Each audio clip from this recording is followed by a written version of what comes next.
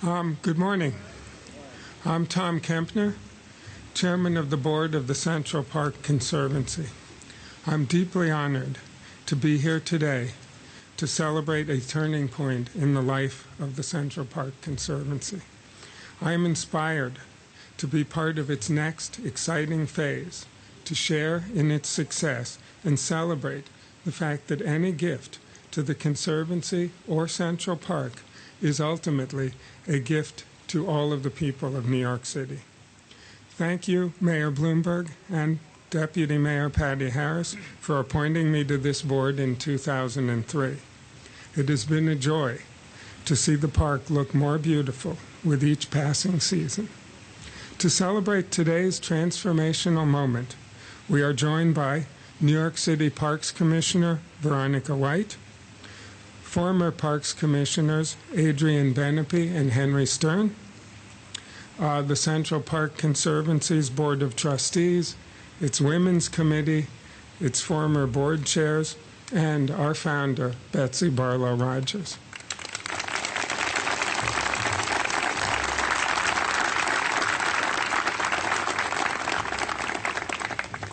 And last but not least, we're also joined by hundreds of the Conservancy's wonderful staff. Give them a hand.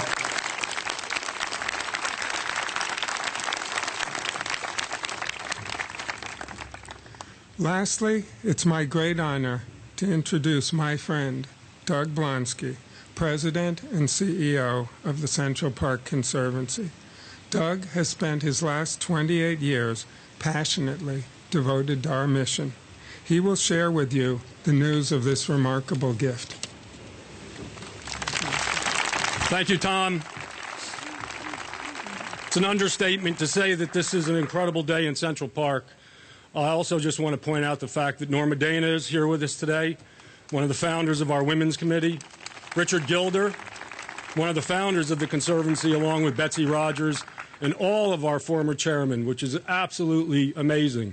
It's an incredible home company. And to be here with everybody, I got to say, it's overwhelming. But I really do want to just take a real quick second to have Betsy come up and just say a couple of words before I shoot off my big mouth.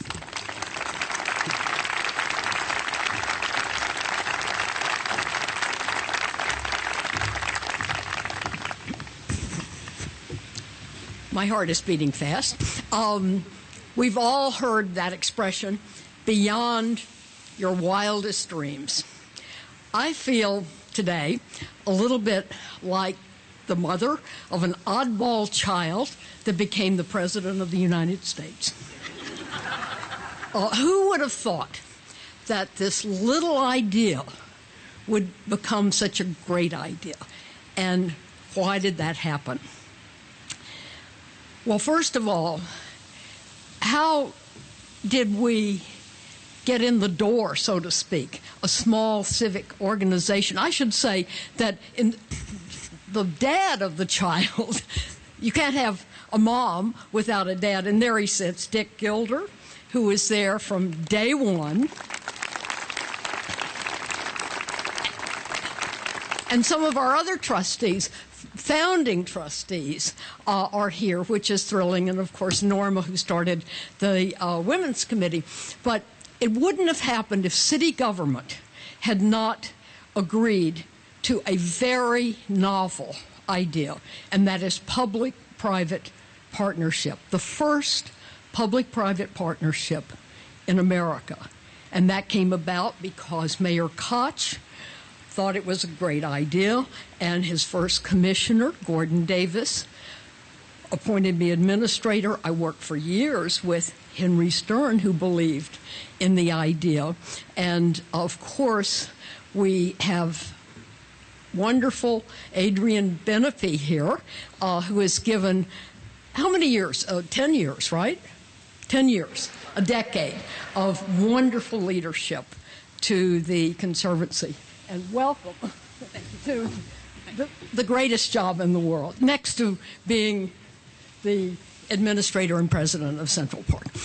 Okay, I will be brief. City government, and then it took private citizens who really believed in what we were doing, and it needed the leadership of chairmen, starting with Bill Meineke, who helped me form the first board, Jim Evans, who gave it 6 years of subsequent great leadership. And then we had Ira, and Ira got the management contract, and Ian gave it further leadership, and here we are today. And where's Tom? Right here. There you are, giving it leadership right now. So anyway, to the private sector who believed in the idea. Now, what was the idea? The idea was following a management and restoration plan. Notice we don't call it a master plan. We call it management and restoration, because putting the management back into Central Park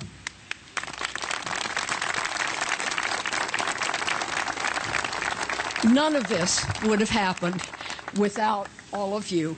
And the restoration capital projects we knew would be well maintained. So it's city government and its citizens believing in this idea.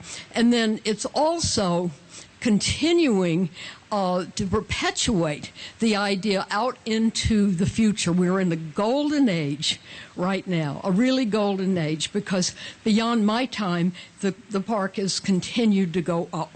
And I think that's because we have the greatest park manager in America and the greatest leader in the Conservancy that we've ever had.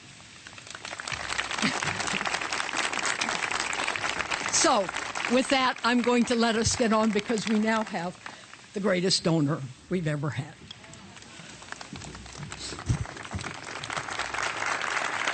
Betsy, thank you so much. And none of this could also be possible without our great first Deputy Mayor, Patty Harris, where Park sits in a very comfortable home. Thank you, Patty. Thank you, everyone, for joining us today and being part of, I think, one of the most historic days in the history of Central Park and the Conservancy. A moment in which its role as the extraordinary democratic space the public deserves is not only recognized, but is sustained for the long term. Sitting with us today is my friend John Paulson, a trustee and partner of the Central Park Conservancy, who shares our vision of an exemplary public park that gives every man, woman, and child free access to recreation, exploration, nature, and incredible beauty. Today, we are thrilled to accept John's extraordinary gift of $100 million. A donation that will touch literally every acre of the People's Park.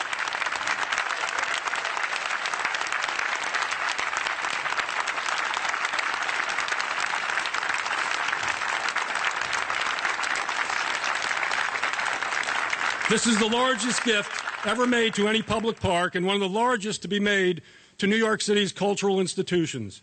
It ushered Central Park and the Conservancy into the latest phase of long-term sustainability, unprecedented maintenance and management, and a model for other parks and public spaces around the world. It allows us to do something that has never been done before in Central Park. Make a promise that the cycles of decline and restore that this park has suffered so long with will be broken forever.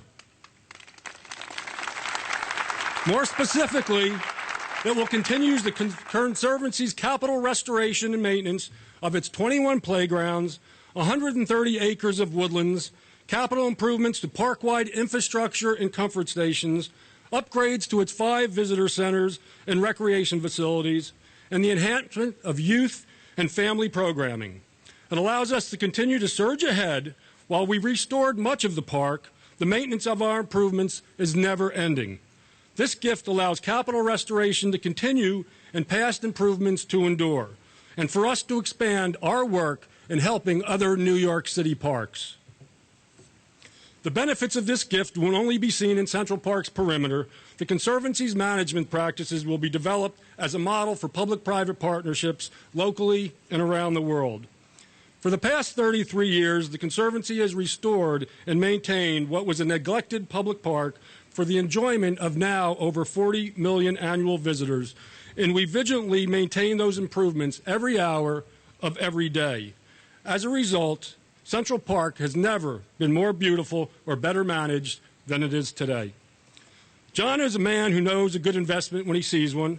Central Park is fundamental to the economic and cultural health of New York City and the quality of life of all its residents. Its 843 acres, thoughtfully designed, contribute over $1 billion to the economy of New York City annually. And most importantly, it creates the most wonderful respite from the stress and chaos of city life. John has been a supporter of the Conservancy's mission for more than 20 years. He shares the vision of the park's original creators, Olmsted and Vaux, as well as the vision of the Central Park Conservancy. The park should be a celebration of the people. John and I took a walk in the North Woods last fall. It was a cold day. I honestly thought he'd only want to spend maybe 15, 20 minutes. We ended up spending an hour and a half going through every pathway, and he wanted to visit every part. He wanted to see the cascades and the waterfalls. He wanted to see the bridges and the arches. But most importantly, he wanted to see what the staff was doing. And he was really interested in what was going on and seeing people remove invasives and plant natives. And I realized then that this is a guy that understands Central Park the way we do. He understands the park and the organization that is responsible for its reawakening, and I think John wanted to be part of that and help. John, on behalf of the Central Park Conservancy, its 300 employees, 900 volunteers, and more than 40 million visitors who will benefit from this gift each year. Today is a day of gratitude and celebration, gratitude for your generosity, and a celebration on behalf of the infinite number of people this gift has the potential to touch. We want to thank you, thank you, thank you. And now I'd like to introduce and welcome John Paulson to say a few words about this extraordinary gift to Central Park, the Conservancy, and the cities of New York.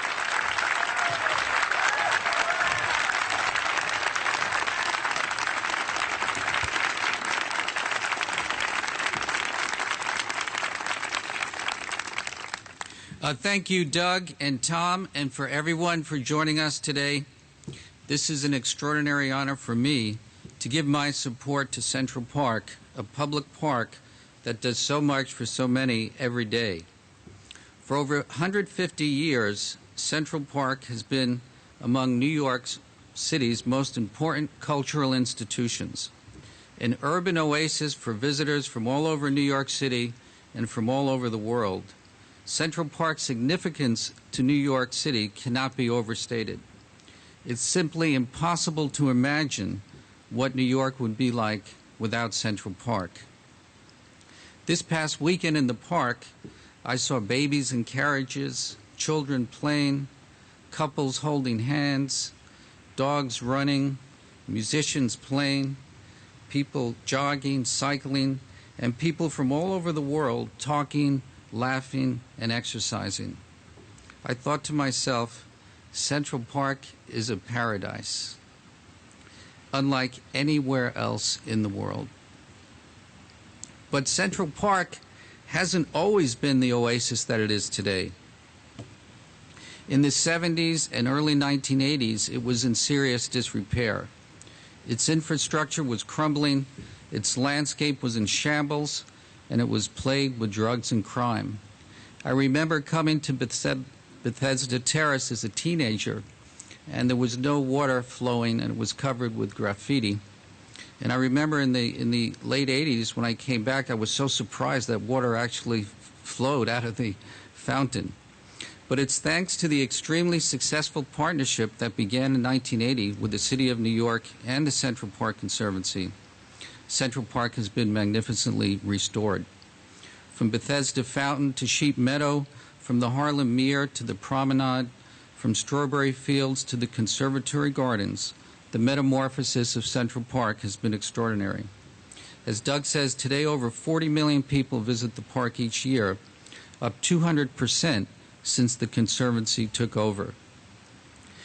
We have many people to thank for this transformation, and many of them were acknowledged already, but they include our co-founders Betsy Rogers and Gordon Davis, our current president Douglas Blonsky, the Conservancy Board of Trustees, Conservancy staff who care for the park every day, Mayor Michael Bloomberg, Parks Commissioner Veronica White, and her predecessors Adrian Benepe, Gordon Davis, and Henry Stern, and the 35,000 Central Park Conservancy members.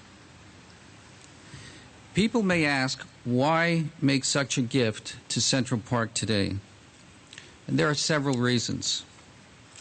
First, although Central Park is a public park, approximately 80% of its operating budget is funded by the Central Park Conservancy, a private organization. The operation of Central Park requires contribution from the private sector. 50% of today's gift will go to the permanent endowment of the Central Park Conservancy to ensure it has the operating funds to pay for its future upkeep. Secondly, while Central Park is probably in the best shape it has ever been, more work needs to be done.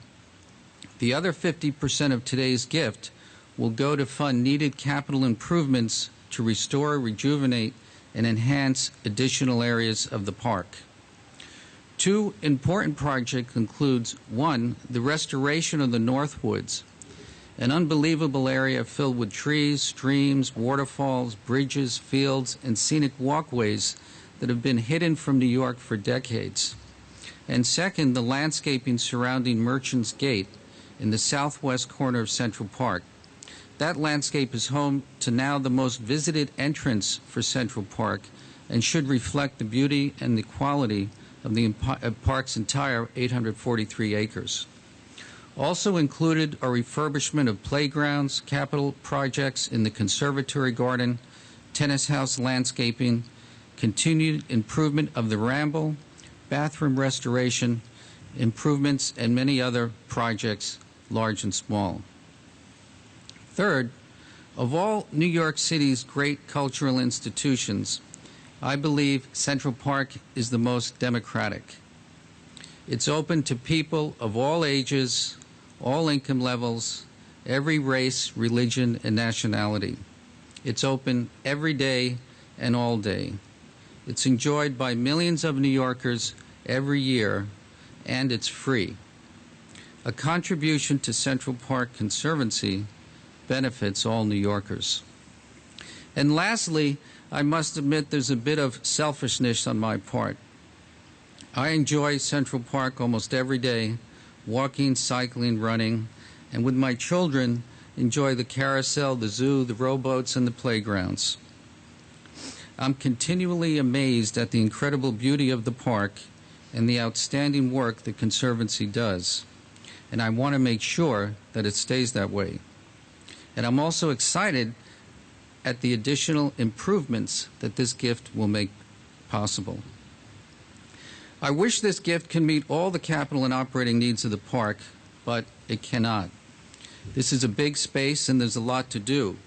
So I hope that many of you will join me in helping to fund the operating expenses of the park by becoming Central Park Conservancy members, and for those that have the ability to join me in helping fund capital improvements in the park.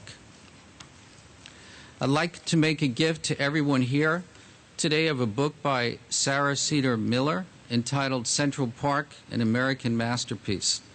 This is a beautiful book that, in case you haven't seen it, fully captures the essence of Central Park in both its photos and its writings. I want to close with a quote from Olmsted and Vaux, the architects of the park, written 150 years ago.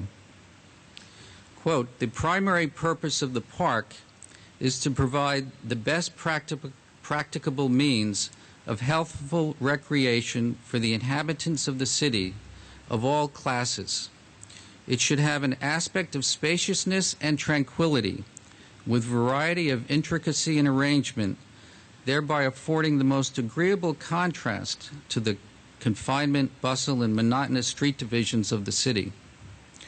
The park is intended to furnish healthful recreation for the poor and the rich, the young and the old, the vicious and the virtuous, so far as each can partake therein without infringing on the rights of others." If Olmsted and Vaux were living today, I think they would be thrilled that their 150-year-old vision is alive and well, every bit and more as the day it was created. And it is my hope that today's gift will ensure that their vision for Central Park will continue for many more years to come. Thank you.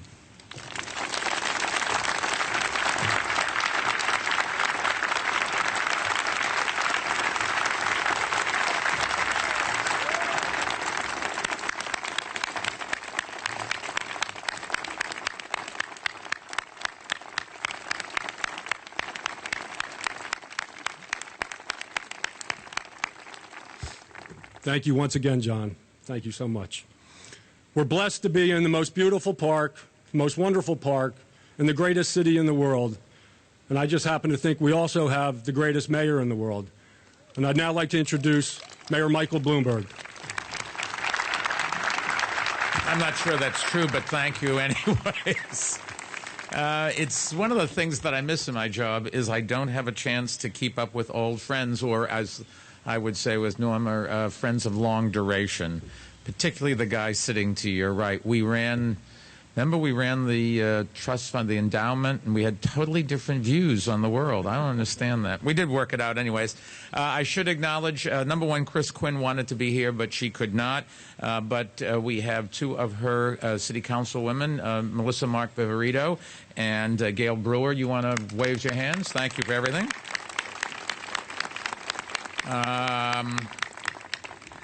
This is a fantastic gift, John, and it's the largest, as Doug said, made to any park anywheres, and it's not a gift to the park, but a gift to everybody, as you pointed out. From a very selfish point of view, I can just tell you, you will every day in this park think, hey, I was part of it, I made a difference. And there'll be a handful of people that will say, thank you, John, but most people aren't going to know, and, you know, we'll all be gone, and for the next decades, centuries, people will use this park. But most importantly, you will know that you made the difference, and I just think it's wonderful. So I just wanted to again say thank you. Now, we also have plenty generous supporters, people who've supported our parks and our cultural institutions and our schools and every aspect of our city life. Most of them don't have the wherewithal to make a gift of that magnitude, but you know, somebody that gives $10 and that's all they have is as generous as those of us that are lucky enough to be able to give big gifts. The Central Park Conservancy is a model for public-private partnerships, as Doug said. It's been a huge success. It's widely copied and replicated. Last week I helped open Music Island and the Esplanade at Lakeside in Prospect Park. That was made possible by another very generous New Yorker, Shelby White, who as a young girl played in Prospect Park, another park designed by the same two people that designed this one. Last month we broke ground on the new section of the High Line, which could never have been built without strong private support. From Brooklyn Bridge Park to Million Trees NYC to the Bronx River Gateway to Jamaica Bay to the great park along the Hudson River. Public-private partnerships have been essential to the unprecedented investment that we've made in parks across our city over the past decade, and this gift really is going to allow us to build on that work. I don't think there's any other city, I don't think there's any other country in the world where private philanthropy is as important and as available as it is here. We really are truly unique. There are generous people around the world, but generosity and understanding that we're all in this together and we should be helping each other, I think really was defined here, and it is a good way to describe what we are. And all of us, we know that, and we take great pride in it. And one of the things we've tried to do is to help the rest of the world. Doug gave a brief description of the huge impact that Central Park has had on our city, and I can't overstate it. The 40 million visitors, the billions of dollars per year in economic activity, and it is a great reason why our city is such a great place to live and to work and to visit. And I think I couldn't be more optimistic on the future of our city. This is where people want to come, and they want to come here because of our diversity and because of our generous qualities, because of our compassion, because of our honesty. It is something that keeps growing. I think the park is a metaphor for it. The park's never been healthier, never been greener, never been safer, and you really can say that for the entire city. The Central Park Conservancy deserves enormous credit for its stewardship of the park over the past several decades. Great debt goes to Betsy Barlow Rogers. I get my Christmas wreath every year. Thank you very much. I can't tell you who I give it to every year, but that's okay. But this is a woman who's really made a big difference in our city, and the five chairmen have done that. Adrian has made a big difference, you and Patty. I've always said when we replace somebody, we want to find somebody better. I think we've done that. At least Veronica certainly speaks faster than you. And now Betsy Smith's got somebody else to babysit. Tom and Doug and the entire Conservancy staff have done an amazing job. The funds that they've raised from individuals, foundations, and private companies, which supply 80% of the Central Park budget, is unbelievable. The Conservancy has not only revitalized the park's 843 acres, but it has also been a great resource for other parks around the city by sharing its experience and its expertise. And the Conservancy does manage other small parks for the city. Central Park belongs to all of us, and this gift, John, will benefit the city for years to come. It will maintain something that is just truly special, truly unique.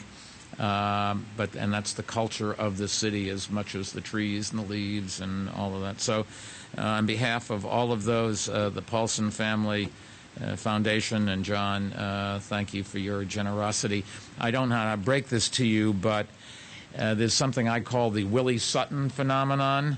The next gift, call him. Thank you.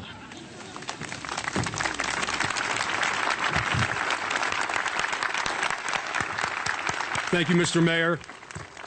It really is about partnerships, and we have great partnerships with the Parks Department, but we can't let out our great New York City Police Department, and representing them here today is our own very captain, Jessica Corey, who does an outstanding job for all of us, so thank you. I have been so very fortunate that over the years I've gotten to work with Henry and Adrian for so many years, and hopefully we have many years together with you, Veronica. But Veronica has not been in for a long time, but my gosh, I think that you've been really thrown into the middle of everything over the last couple of months. So I'd like to introduce Veronica White, our new Parks Commissioner, and she's absolutely terrific.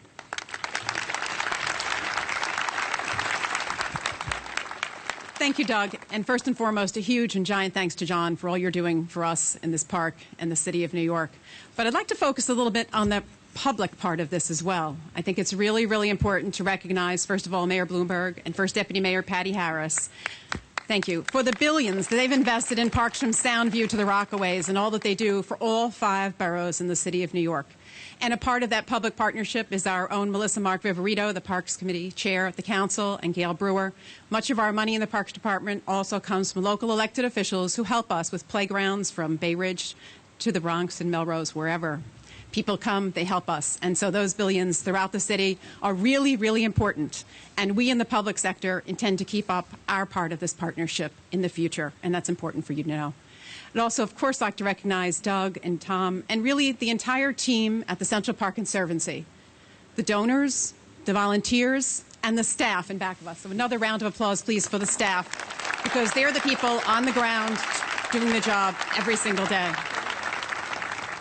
My predecessors, Adrian Benepe and Henry Stern, but those that were there in the trenches in the early years, Betsy Barlow Rogers, Gordon Davis, also a predecessor, Dick Gilder, who started this, who could not possibly imagine what this would be like all these years later.